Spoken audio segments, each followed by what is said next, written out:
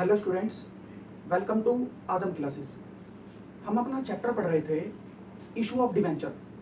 Issue of debenture क्या होता है, क्या उसकी थ्योरी होती है, ये बात मैंने आपको अपनी इस चैप्टर का जो हमारा फर्स्ट पार्ट है उसके अंदर मैंने आपको बता दिया था। ठीक है, उस चैप्टर में हमने डिस्कस किया था कि डिबेंचर की क्या डेफिनेशन होती है, डिबेंचर में और शेयर में क्या डिफरेंस होता है, और इसके अलावा डिवेंचर के बारे में हमने और भी बहुत सारी चीज़ें उसके अंदर जानी थी।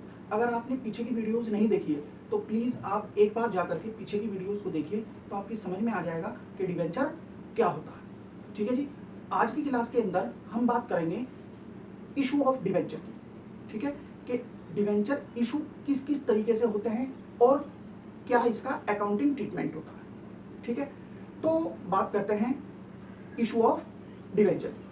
तो शुरू करते हैं फिर।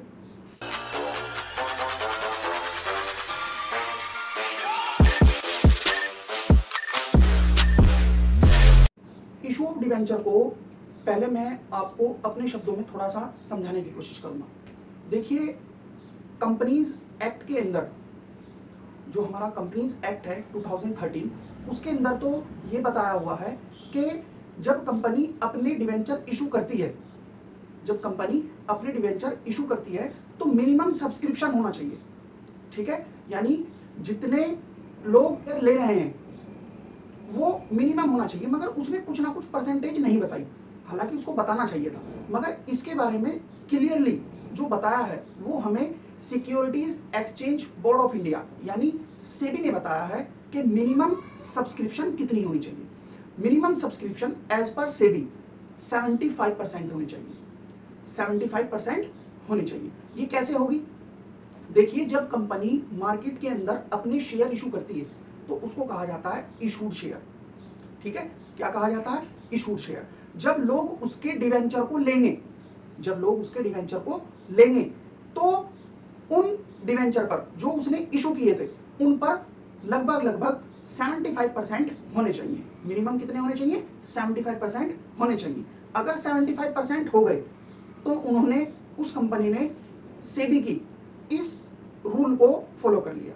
ठीक है, जैसे एग्जांपल के तौर पर कोई कंपनी है, उसने अपने 50,000 डिवेंचर मार्केट के अंदर इशू किए।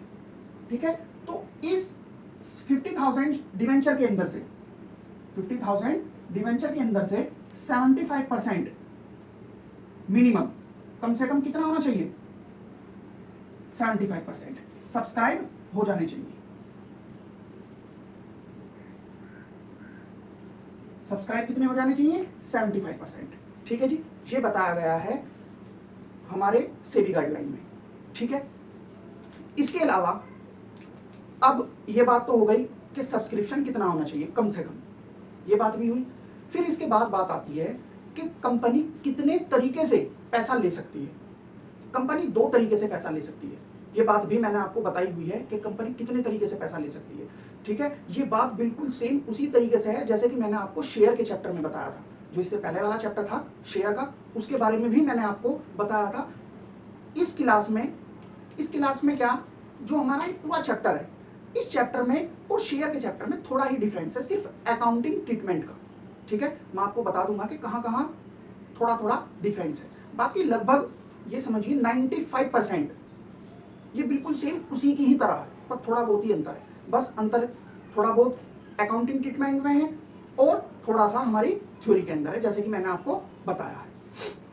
ठीक है जी, इसके अलावा मैंने आपको बताया कि कंपनी दो तरीके से पैसा ले सकती है, एक लमसम और एक इंस्टॉलमेंट। ठीक है जी, अब लमसम में जर्नल एंट्री किस तरीके से होगी वो भी हम सीखते हैं, और इंस्टॉलमेंट में जर्नल एंट्री किस तरीके से होगी वो भी हमें सीखना है। ठीक है, आइए मैं आपको बता देता हूं। तो मैंने आपको बताया कि दो तरीके से कंपनी पैसा ले सकती है।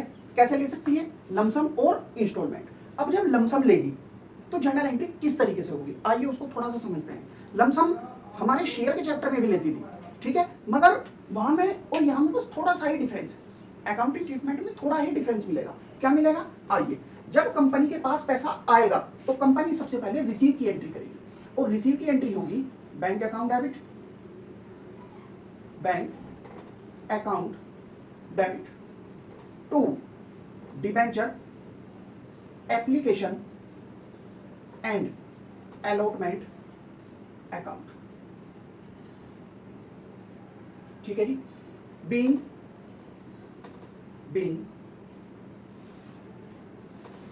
Debenture application and allotment money receive. ठीक है जी। Being debenture application and allotment money receive. अब इस डिबेंचर एप्लीकेशन और अलॉटमेंट की मनी को हमारे डिबेंचर के अंदर क्या करना है, ट्रांसफर करना है। ठीक है। देखिए मैंने आपको बताया था कि डिबेंचर का कुछ ना कुछ कूपन रेट होता है। कूपन रेट यानी इंटरेस्ट का रेट। ठीक है, इंटरेस्ट का रेट। तो जो कूपन रेट होता है, डिबेंचर जब भी इशू होता है वो कूपन रेट के हिसाब से होता है। जैसे कि 5% के हिसाब से, कि 5% वाला डिबेंचर है, 10% वाला डिबेंचर है, कुछ भी हो सकता है। ठीक है जी। तो हमें इस परसेंटेज, जिस कैटेगरी वाला वो डिबेंचर है, इस अमाउंट को हमें उस अकाउंट के अंदर क्या करना पड़ेगा, ट्रांसफर करना पड़ेगा। ये बात बिल्कुल सेम उसी तरीके से है जैसे कि हम शेयर के चैप्टर के अंदर एप्लीकेशन की मनी को कैपिटल अकाउंट के अंदर ट्रांसफर करते थे, बिल्कुल सेम ऐसे ही है। ठीक है जी। तो एंट्री क्या होगी, debenture application and allotment account debit to percentage debenture account, debenture account. ठीक है जी। बीइंग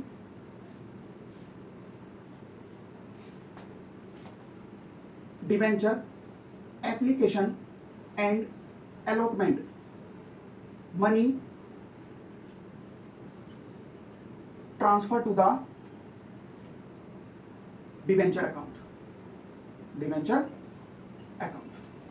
ठीक है जी।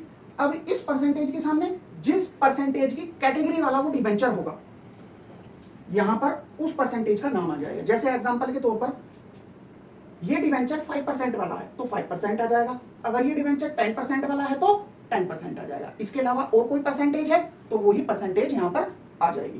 तो ये बात तो थी किसकी, जब डिबेंचर लमसम पर इशू हो रहे हो और कंपनी को सारे पैसे एक ही बार रिसीव हो रहे हैं, यानी लमसम अमाउंट में रिसीव हो रहे हैं, तो हम जर्नल एंट्री कुछ इस तरीके से करेंगे। ठीक है जी। फिर इसके बाद बात आती है इंस्टॉलमेंट की। ठीक है, इंस्टॉलमेंट की बात आती है। इंस्टॉलमेंट का काम बिल्कुल सेम उसी तरीके से है जैसे कि हमने शेयर के चैप्टर में सीखा था। ठीक है, जैसे हमने शेयर के चैप्टर में सीखा था, बिल्कुल सेम उसी तरीके से। अगर कंपनी को इंस्टॉलमेंट पर पैसा लेना है तो किस तरीके से ले सकती है, मैंने आपको बताया था कि जब कंपनी को सबसे पहले पैसा रिसीव होगा, जब कंपनी को सबसे पहले पैसा रिसीव होगा तो किस रूप में होगा, एप्लीकेशन। किसमें होगा, एप्लीकेशन। जब कंपनी उनको डिवेंचर दे देगी, यानी उनको डिवेंचर अलॉट कर देगी, तो फिर उनसे किस तरीके से पैसा मांगा जाएगा, अलॉटमेंट के नाम का। किस नाम का मांगा जाएगा, अलॉटमेंट के नाम का। ठीक है। जब उनको अलॉटमेंट का पैसा भी रिसीव हो जाएगा, फिर इसके बाद कॉल शुरू हो जाएगी। अब वो चाहे कॉल फर्स्ट भी हो सकती है, सेकंड भी हो सकती है और थर्ड भी हो सकती है। कंपनी का अपना फंडा होता है कि किस तरीके से उसको पैसा मंगाना है। उसे तो सिर्फ और सिर्फ अपने जितने पैसे वाला डिवेंचर उसने इशू किया है, उसको तो अपने इन सभी कॉल पर क्या करना है, पैसे एडजस्ट करने हैं। वो कैसे करेगी, वो उसका अपना तरीका है। ठीक है जी। आइए अब इसकी जर्नल एंट्री कैसे होगी, तो इसकी जर्नल एंट्री सीखते हैं। सबसे पहले एप्लीकेशन की जर्नल एंट्री होगी सबसे पहले रिसीव की, bank account debit, bank account debit to debenture application account, debenture application account. ठीक है, वही अमाउंट जितने से डिवेंचर की एप्लीकेशन मनी रिसीव हुई है। Being debenture application money receive. ठीक है जी। नेक्स्ट, डिवेंचर एप्लीकेशन की मनी को हमारे डिवेंचर अकाउंट में ट्रांसफर करने की। ठीक है, तो जर्नल एंट्री क्या होगी, debenture application account debit to percentage debenture account. जिस परसेंटेज की डिवेंचर वाला, ठीक है, वो डिवेंचर होगा उसी परसेंटेज का यहां पर नाम आ जाएगा, ठीक है, वो कुछ भी हो सकता है। नरेशन में क्या लिखेंगे, being debenture application money transfer to the debenture account, ठीक है जी। नेक्स्ट अलॉटमेंट की होगी debenture allotment account debit to percentage debenture account, ठीक है जी। नरेशन में being debenture allotment money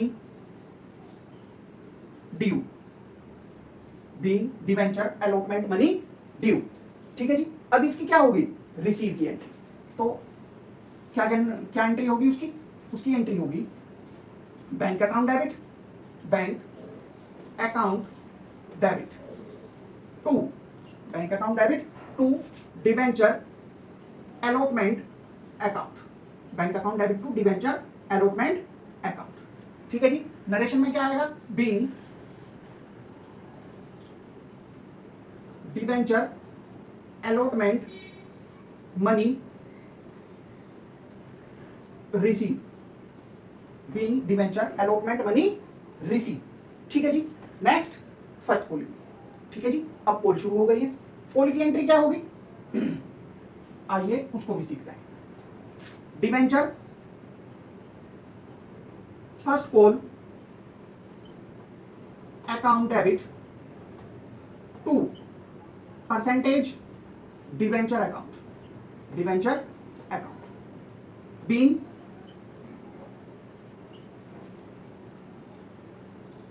first call money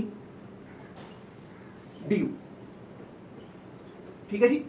next bank में फर्स्ट पोल मनी रिसीव होने की एंट्री होगी bank account debit to debenture first pole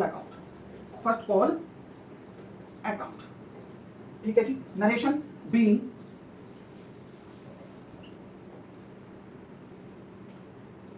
debenture first call money receive, ठीक है।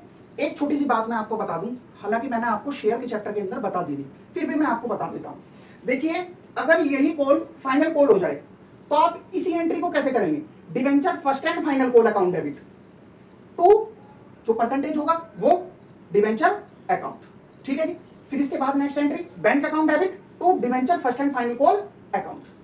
तो इस तरीके से जनरल एंट्री होगी। और अगर ये फाइनल नहीं है तो जो सेम होगी, ठीक है। फिर सेकंड फाइनल हो सकती है, तो आप कैसे करोगे, debenture second and final call account debit to percentage debenture account, ठीक है।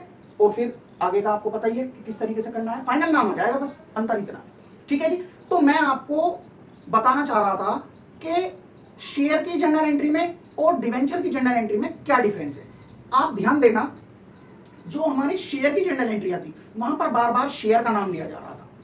किसका नाम लिया जा रहा था, शेयर का, बार बार, ठीक है। Bank account debit to share application account debit to share capital account, ठीक है। Share allotment account debit to share capital account, इस तरीके से जनरल एंट्रियां हो रही थी, बार बार शेयर का नाम लिया जा रहा था। जहां जहां हमने शेयर का नाम लिया इस चैप्टर के अंदर, वहां वहां डिवेंचर का नाम लिया जा रहा है, बस इतना ही अंतर है, ठीक है। छोटा सा एक और डिफरेंस है, वहां पर हम कैपिटल अकाउंट को ओपन करते थे। किसको ओपन करते थे, कैपिटल अकाउंट को। यहां पर हम डिवेंचर अकाउंट को ओपन करते हैं, ठीक है जी। ये भी एक डिफरेंस है, बस इसके अलावा और कोई डिफरेंस नहीं है जनरल एंट्री के अंदर, ठीक है, ठीक है। तो ये बात थी किसकी, हमारी इंस्टॉलमेंट पर, कि इंस्टॉलमेंट पर किस तरीके से हम डिवेंचर के पैसे ले सकते हैं। आसानी है, इतना भारी नहीं है, ठीक है जी। देखिए, जो हमारा इंस्टॉलमेंट की बात है, इसकी बात तो हम नेक्स्ट क्लास के अंदर करेंगे, ठीक है, आज मैं आपको लमसम का एक छोटा सा क्वेश्चन कराऊंगा। ठीक है जी, एक छोटा सा क्वेश्चन करेंगे लमसम का। ठीक है, और नेक्स्ट बात करेंगे जो हमारी इंस्टॉलमेंट की है, वो बात करेंगे हम अपनी नेक्स्ट क्लास के अंदर। ठीक है, तो मैं इसको मिटा देता हूं और शुरू करते हैं लमसम का एक छोटा सा क्वेश्चन। क्वेश्चन मैंने लिख लिया है। ये क्वेश्चन जो है ये थोड़ा सा सिर्फ और सिर्फ समझाने के लिए। ठीक है, मैंने किसी बुक से क्वेश्चन नहीं लिखा, सिर्फ अपने दिमाग से क्वेश्चन लिखा है। ठीक है, थोड़ा सा इसको समझते हैं। एक कंपनी है, कोई भी कंपनी है, उसने 5% वाले 1000 डिवेंचर इशू करे 10 रुपए का एक मानते हुए। ठीक है जी, कंपनी को सभी मनी, ऑल मनी रिसीव हुई इन लमसम, यानी सारा पैसा एक ही बार क्या हो गया, रिसीव हो गया। अब सारा पैसा जब कंपनी को एक ही बार रिसीव होगा तो उस स्थिति के अंदर जर्नल एंट्री क्या होगी, ये बात मैंने आपको बताई हुई है। आइए इसकी जर्नल एंट्री करते हैं। सॉल्यूशन क्या होगा इसका? सॉल्यूशन होगा जी, सबसे पहले रिसीव की एंट्री होगी। रिसीव की entry, bank account debit, bank account debit to debenture, debenture application and allotment account, allotment account, bank account debit to debenture application and allotment account. Amount कितने डिबेंचर हैं? 1000 debenture. ठीक है जी, कितने का एक है, कितने का एक है? 10 रुपीज इंटू 10, 1000 इंटू 10, 10,000। कितना आया जी? 10,000। ठीक है जी, नरेशन में being debenture application and allotment money receive, debenture application and allotment money receive. ठीक है, अब इस एप्लीकेशन और अलॉटमेंट की मनी को अपने डिबेंचर में ट्रांसफर करने की एंट्री होगी। तो एंट्री क्या होगी? एंट्री होगी debenture application and allotment account debit to 5% debenture account, 5% debenture account. ठीक है जी, कितना? जितना डिबेंचर एप्लीकेशन और अलॉटमेंट क्रेडिट हुआ है उतने से ही क्या हो जाएगा, डेबिट हो जाएगा। कितना? 10,000। ठीक है जी, नरेशन में क्या लिखेंगे? Being debenture application and allotment money transfer to the debenture account. ठीक है जी, तो लमसम अमाउंट जब कंपनी को रिसीव होती है तो उस स्थिति के अंदर हमें जर्नल एंट्री किस तरीके से करनी चाहिए, ये बात मैंने आपको समझा दी है। ठीक है जी, बस आज की क्लास हम यहीं पर ही रखते हैं, वरना वीडियो बहुत लंबा हो जाएगा। नेक्स्ट क्लास के अंदर यही टॉपिक हमारा कंटिन्यू चलेगा। किस बेस पर? के इंस्टॉलमेंट बेस पर। जो हमारी इंस्टॉलमेंट पर अमाउंट रिसीव होती है, कैसे application, allotment, first call, final call, कुछ भी हो सकता है। तो उस तरीके से जब हमें मनी रिसीव होगी तो किस तरीके से हम जर्नल एंट्री करेंगे। इसके अलावा हम नेक्स्ट क्लास के अंदर अपने terms of issue of debenture के पॉइंट को भी थोड़ा सा क्लियर करेंगे। At par, at premium, at discount के पोर्शन को भी थोड़ा सा समझने की कोशिश करेंगे और क्वेश्चन देखेंगे। ठीक है जी, बस आज की क्लास हम यहीं पर ही रखते हैं। इसके अलावा मैं आपको एक और इंफॉर्मेशन देना चाहता हूं। प्ले स्टोर पर हमारी एक एप्लीकेशन है जिसका नाम है आजम क्लासेस, आजम क्लासेस। ठीक है जी, आजम क्लासेस के नाम से हमारी ये एप्लीकेशन है। इसके अंदर हम धीरे धीरे class 11th, class 12th, accountancy और बिजनेस स्टडीज से रिलेटेड हम अपने धीरे धीरे क्वेश्चन, अकाउंट्स के क्वेश्चन जो अच्छे अच्छे क्वेश्चन हैं, टीएस ग्रेवाल के हों या इसके अलावा और काफ़ी सारी बुक हैं, उनके भी हम अच्छे अच्छे क्वेश्चन उस पर डाल रहे हैं। और अपनी बिजनेस स्टडीज से रिलेटेड जो हमारे चैप्टर हैं 11th के हों या 12th के हों, वो हम धीरे धीरे उस पर एक्सप्लेन कर रहे हैं। अगर आपको और नॉलेज लेनी है तो प्लीज़ आप इस एप्लीकेशन को डाउनलोड करें। ठीक है जी, इसके अलावा अगर आप हमारी वीडियो फेसबुक पेज पर देख रहे हैं तो पेज को लाइक करें और फॉलो करें। इसके अलावा अगर आप हमारी वीडियो यूट्यूब पर देख रहे हैं तो लाइक करें, शेयर करें और चैनल को सब्सक्राइब करें। और एक लास्ट इंफॉर्मेशन, अगर आप हमारी लाइव क्लासेस लेना चाहते हैं तो नीचे डिस्क्रिप्शन के नीचे हमारी वेबसाइट से रिलेटेड लिंक पड़ा हुआ है, एक बार आप जाकर के उस वेबसाइट पर विजिट करें तो आपको पता लग जाएगा कि हम किस तरीके से ऑनलाइन क्लासेस लेते हैं। बस आज की क्लास यहीं पर ही रखते हैं। Thank you.